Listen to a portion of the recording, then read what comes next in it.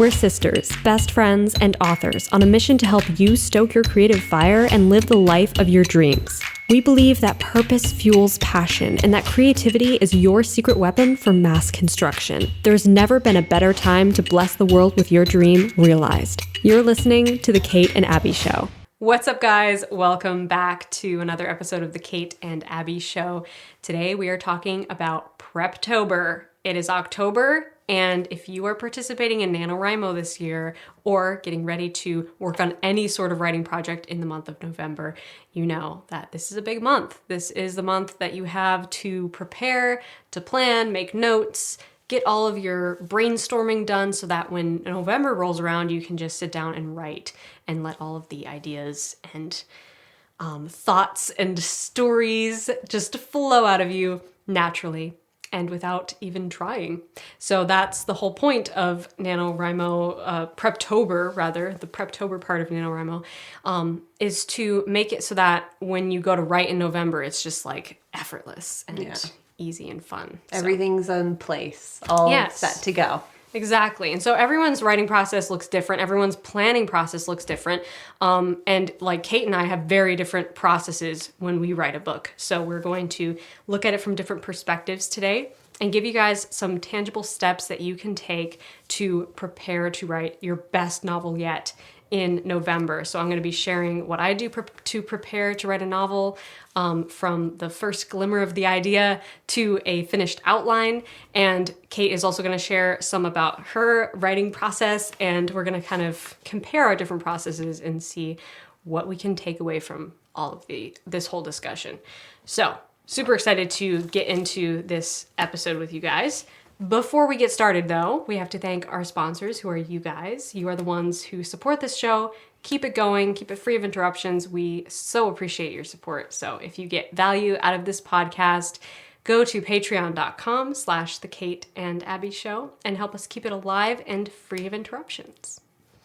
Okay, let's dive into this topic, Preptober, starting with the very beginning, which is the idea. When you first get a story idea. And for me, with my process, like the idea is, it usually comes to me in the form of like a premise, a couple of characters facing a certain conflict, and it can just be like something very simple, you know, that just like sparks into a bigger idea. A lot of times it's like those simple, heartfelt ideas that make you like, ooh, I want to explore that. I want to like dig deeper into that and write a story about that. And I know for your process, that sometimes is like all you need to just take off, which I find so interesting. So like when you first get an idea and you have like this desire to create something from the idea, I know it's more of an exploratory process for you, but taking that idea and turning it into something, I think like no matter if you're outlining or if you're just plunging right into the first draft, it's still a process of like building off your ideas and building your characters and exploring them more. Yeah, right. For sure. Like exploring their conflicts, what makes them who they are. Yeah. And that's really what internal conflict is what makes your character who they are. Right. What are they facing? How has it shaped them? How have they reacted to these different things over time? How has it changed them as a person? And really looking at them as people instead of flat two-dimensional characters on a page. Right. Really coming to know them as people. And for me, the idea is really the whole process, because then I just start writing. I don't do anything else. And so some of you might be able to relate to that. Some of you might be able to relate to a completely different process. And the thing that we've talked about is that there's no right or wrong. And we were just talking about this over lunch. There's no right or wrong way to do it. It's an art form. There's different ways to do it. And the important thing is to find what works for you, because there is no one superior way to do art. Right. There's just different ways, and your way, and finding your way is the right way for you. Right. You know, so trying different things and seeing like what resonates. And more bluntly put, what gets you excited? What gets you excited to sit down and actually write this thing? Because the most important thing, and I've never participated in NaNoWriMo, right? That's how you say it? Yes. Okay. Abby was just correcting my pronunciation of it. I've never done the event of NaNoWriMo before. But I do know that embarking on any novel project, any book project in general, fiction, nonfiction, you have to be excited about it. Yeah. And excited enough to show up every day and want to write it. So finding what makes you excited. And if you find that part of your process is making you feel totally not excited to write your book because you're trying to muscle your way into this certain process that you feel is the right process, but it's not working, try something else. Yeah. And we talk about that all the time. We were talking about that earlier. Yeah, I think that's so important because it's like, and it'll change over time, like we were talking about before. Like, I know my process has changed a lot over time.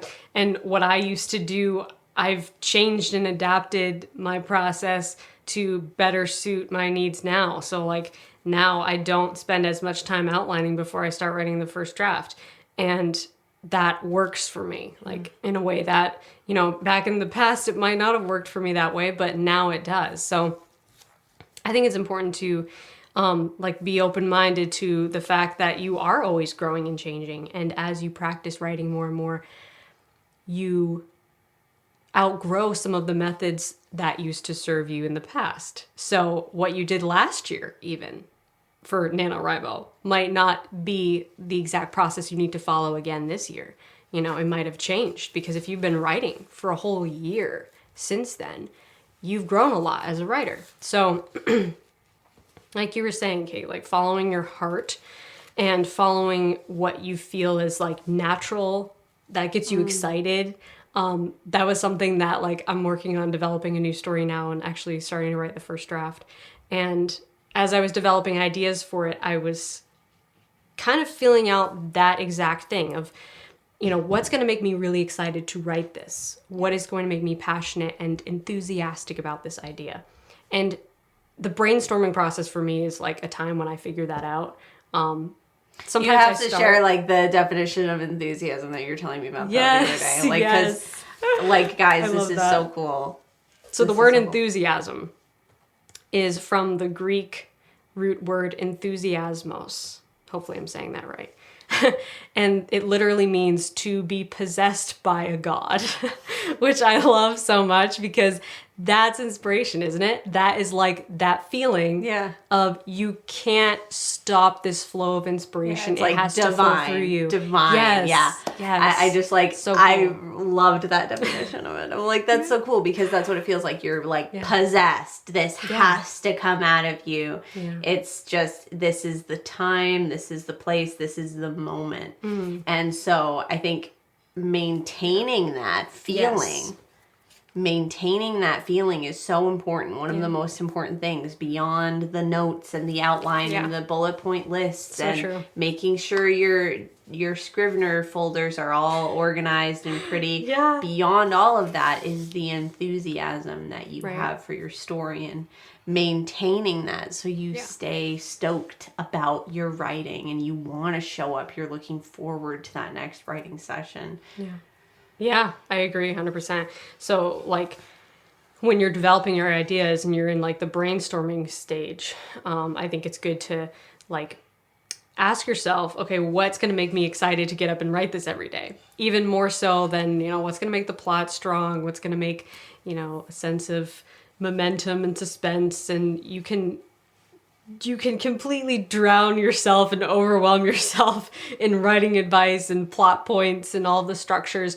But at the end of the day, if you don't have that heartbeat behind the story that makes you really passionate to get up and write it every day in like this playful, creative, childlike way of, I can't wait for it to be morning so that I can go write again. You know, if you don't feel that, then it's not going to be as great of an experience as it could be. It's not going to be, you're not going to have that same enthusiasmos for it, right? So I think you can I've kind of found a way to like hack this by just observing what is it I really love writing about that always gets me excited. And just knowing those things that you always gravitate towards and seeing if you can include those ingredients in your new idea. So maybe you have a new idea and you're feeling like some part of it is missing. Like there's something about this, I can't even put my finger on what it is, but I don't have that spark of enthusiasm for it yet. See if you can reflect upon what is it that really gets you excited about a story. What is it that is currently burning in your heart that you need to explore in some way in this creative method? And that could be a theme, or it could be just a plot device. It could be a trope that you really like, that you always find that you're gravitating towards. But some ingredient that will just like spark your inspiration for it and make you like really like, oh, I'm head over heels in love with this thing, you know? And sometimes it's just like a little change, a little adjustment that can make that all the more incredible and explosive. But it's different for everybody. So I can't even say like it's a one size fits all, here's what you should do, because it will literally be different for every single person. A great way to like identify too, if you're like, I don't really know what that is. Like maybe you're hearing this and you're like, yeah, I mean, like I get that, but like what are those things for me?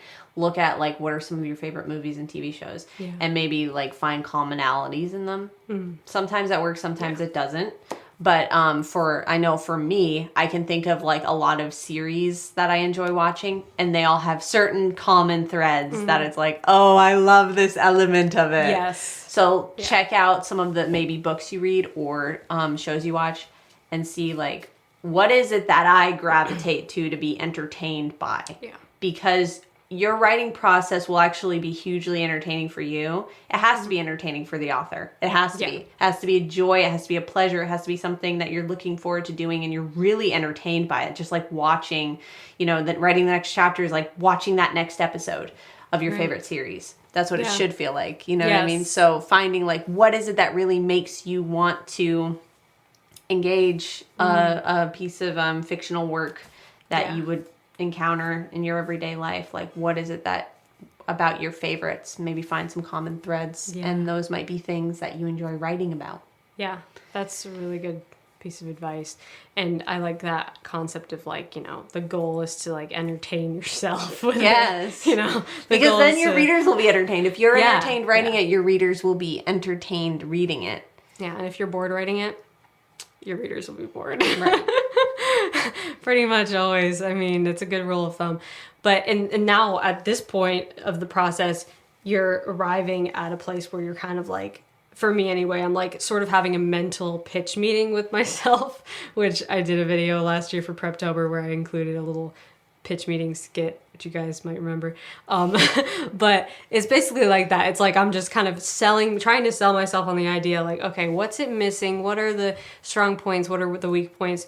What will I really enjoy writing about this thing? Like we were just saying, what are the elements that will get me really excited and make it entertaining for me to participate in the creation of this thing?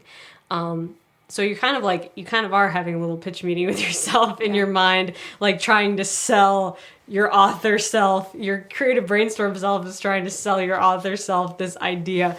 So how are we going to do that? And it can be a rough sketch. It can be a bullet point outline. It can be just like a brain dump of all the ideas you have. However you feel compelled to get your ideas out and look at them, I think can be a really good place to start, especially if you feel overwhelmed or lost, because you feel like you have a lot of ideas and you're not sure how they all fit together. My go-to way to organize ideas is to just have a mental brain dump and just like type out everything that you can think of into a Scrivener project or Word document.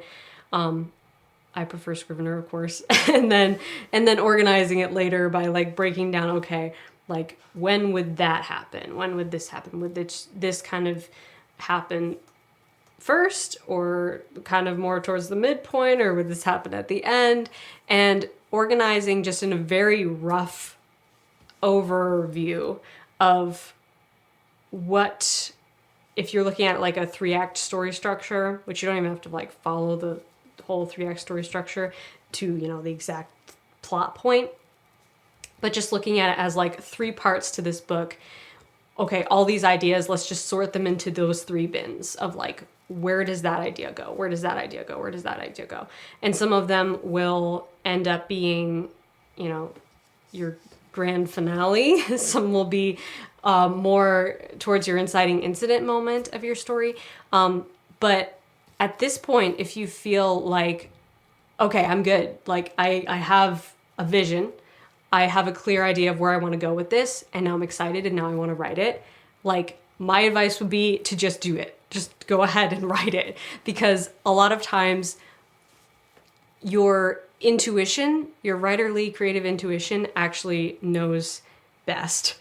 And you don't necessarily need to go super deep into outlining. Now, if you still feel lost at that point and you're like, okay, I need a better sense of direction. I can't just have these 3 bins. I need like, you know, plot points, and I need scene cards, and I need index card outlines. And if you need all that and that makes you feel inspired and passionate, then you should totally go for it. But I think that is, that should be like the guiding compass here is move in the direction of what is making you more passionate to write this story. If you feel like compelled, like, oh, I need to make all these scene card outlines or whatever, then if you feel compelled to do that because you see other people doing it, it's not a good reason to do it. Right? Like, you should do what works best for you and makes you more excited to write the story. And if it's making you less excited because you're like, oh, now I feel like I already wrote it, like you're explaining to me earlier how you felt about a story that you outlined the whole thing one time and then you didn't feel like writing it. You know, a lot of writers experience that, and I think is because like you were passionate enough to write it, but then you wrote about it and you're like, okay, I got that out of my system, and now it's like I don't really need to, you know, I don't feel as excited about writing that anymore. The process should work for you. You shouldn't work for the process. Yes, exactly. Very, very good quotable. I like that. I like that a lot. Yeah, and then really the process always changes. Like, it changes over time from season to season and book to book. Like, every book is going to be different. Every single time you sit down to start a new book, every single NaNoWriMo is going to feel different. So maybe release those expectations of it needing to be the same. And that can kind of go down to more of an emotional level of releasing this need for it to replicate maybe a good experience you had. But it can still be a great experience. Just let it be a different great experience. Like, you know, I think that's kind of funny that we as like humans tend to feel like there's only like good experience. If it's not going to be a good experience, like the way we're envisaging it to be, it's going to be a bad experience, but it might just be a different good experience, you know? Really open yourself up to that idea of this can be different. My process can be different. The book's different. Everything's going to be different, but it's going to be good different. Yeah. Yeah, and it should be different from anybody else's experience and process.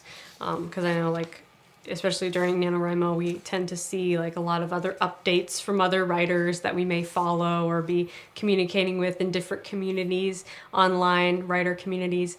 And sometimes you can fall into this trap of like comparing, or this thought loop of like comparing your process with somebody else's process and thinking, oh, maybe they're doing it right and I'm doing it wrong, or like I need to do something more like how they're doing their process, and, you know, plan how they're planning and outline how they're outlining. But this is your journey. Okay, they are on their path, they're on their creative journey, you're on your creative journey, and you have to just stay on your own vision. And if that means, you know, putting your tablet and your phone and your computer on do not disturb and just going into your own bubble, into your own world, then do that. You know, block out other distractions and just let it be your process for you. Let it work for you. Because nobody else can write this book except you. It's your book. It's your creation. And it has to come from your passion and your enthusiasm for this story. So at this point in my writing life, I have reached this place where I have kind of come to just trust the process and trust my instincts on the process, on what that process looks like. of sometimes I outline, and I outline to a certain point where I like to think of it like a staircase, like you're building a staircase that you're walking up, for the sake of this metaphor. I know it makes no sense in real life, but for the sake of the metaphor, the outline is like building the next few steps. And now I feel passionate enough to write those next few chapters because I've just built the framework for them. I then write it, walk up those next few steps, and then when I arrive at a place where I'm like, okay, where do I go from here? I outline a bit more, and then I walk up those steps. So not every book is like this, but some projects that I'm currently working on are like this. And I've found that I really enjoy this process of like outlining a bit, like, you know, shining the light to where I'm going, and then walking to the edge of that light, and then shining more light ahead of me. And so it's like this, it's kind of like half exploratory, half outlining. So I give myself enough sense of direction to like keep going forward, but I'm not ever like burning myself out with like, okay, I wrote the whole outline. And actually I learned this about myself through the process of writing The Other World, because I wrote a whole outline for that book, but then I ended up changing a lot of things about it when I wrote the first draft, and then changing a lot of things when I wrote the second draft. So I was like, maybe I can just outline a little bit and then write it, and then just kind of go with the flow, and like go with where my passion leads me. And maybe that actually would serve me better than like trying to figure it all out ahead of time and then, you know, trying to stick to the framework, but then deviating. It's like, sometimes it doesn't work. So, you know, finding what works best, and that will change depending on what season of life you're in, what season of your writing journey you're in. Exactly. The Other World, which is out, by the way, Yes. right here. If you're watching the video version of this podcast, you can go pick up your copy on Amazon. Some really cool hardcovers coming soon, I think. Yes, some limited edition hardcovers are coming soon. I'm still working on those. But best way to support us as authors is to go check out our books. Mine's right behind me, Sparrow Rising, my last book in my series. Abs and I are working on a new series together as well, which you can sign up for the notification list on that. We're hoping maybe next year. Yeah. Super exciting. Yeah, exactly. But yeah, it's amazing how each book really teaches you things about writing. And that's what I think is one of the most beautiful things about writing, is as you write, you'll learn more and more about yourself and more about your own creativity. It's like unearthing new parts of yourself, new parts of your creativity that you didn't even know were there. Right. And new ways that you can look at something and be okay with, hey, this book is going to be different than the last book. It doesn't need to be the same. Yeah. I liked how you said, like, you know, how it's like shining light up to the point you need to get to, and then getting there, arriving there, and then shining light ahead. It is almost like more mindful too. Yeah. You know, it kind of puts you more right in that present moment. Yeah, exactly. I agree. And I think that I can identify with my characters better if I stay in the present moment with them, rather than like, you know, I'm way far ahead in my mind. I'm like way far ahead to the end of the book, and then I have to kind of backtrack and like get back into the frame of mind of where I am writing currently way at the beginning. So sometimes it's actually, it comes out more natural when you are right there with the characters as they're going through what they're going through. Now that being said, I still have to have like at least a vague vision of what the whole picture looks like, even if I don't have the clear details of everything yet. But I have to kind of have a sense of, okay, I know how these characters are going to transform as a result of their journey. Now, how exactly they get there to that transformation is open to new ideas. And I think that has been a really, just a really helpful mindset shift for me. Maybe helpful for you as well listening to this right now. But yeah, I think ultimately you have to like chase the passion, chase the enthusiasm, and go with the process that's going to make you the most excited to get out of bed every morning in November and sit down and write your book. And if that looks like super detailed plotting, then you can totally go for that. Or if it looks more like, I have an idea and I have some vision and I want to just write and see where it takes me, go for that. Chase the passion, chase the butterflies of creativity. Follow the bliss. Yes, yes, absolutely. And if you want to go deeper into plotting and like, you know, get super deep into outlining and plotting, I have lots of videos and lots of teachings on all of this, diving way deeper into all these different story structures, plot points, and different ways to develop your story, develop your characters, build subplots, build out all your plot points in a way that makes every moment of your story matter. Probably the most coherent teaching I have on this, if you want to just like go through and outline your whole novel in detail, or as much detail as you want, in preparation for NaNoWriMo, is my previous 2 live trainings. It was a 2-part live training, so over 2 hours of content on plotting your novel start to finish. We'll put the links to those trainings in the description box below this video, so you can check those out if you want. And there's a bunch of other live trainings also in my live training vault. When you sign up to watch those trainings that came out, I think almost a year ago now, but very loaded with information, lots of value in those trainings. And there's over 15 hours of live trainings in the vault currently that you can unlock when you sign up to watch those trainings. So check that out if you want to dive deeper into plotting your novel, start to finish, in detail, or as much detail as you want. Because like all these things they're guidelines, you know, they're filled with prompts and questions to help you brainstorm. But if you want to use them as like guides to just write, you know, to just write the first draft. And it doesn't have to be outlining. It doesn't have to be like making, you know, scene cards or anything like that. Do what you feel you need. Yeah. And then trust the rest. Trust your own process. Yeah. But these can all be great ways to start building your own process and try different things, see what works for you, see what doesn't. Make your own, choose your own adventure. Yeah. Yes, exactly. It is an adventure. It's super fun. It is. It's awesome. And we hope that you guys have a wonderful time preparing and writing this NaNoWriMo. Comment below and tell us what you're working on. If you're working on a project for Nano, tell us about it. We would love to hear all about it. Kate and I are currently working on some projects of our own. And like Kate said, we're working on also getting our new series ready for you guys. So very excited to share that soon. It's gonna be awesome.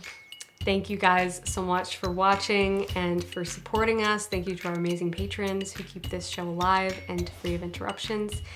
We love you guys so much. If you get value out of this podcast, consider going to patreon.com/The Kate and Abby Show and giving to help us keep this show alive and free of interruptions. Thank you guys again for watching, and give us a nice rating if you're on an audio podcast listening platform. We love to hear from you guys in the comments as well. Until next time, stay stoked and rock on.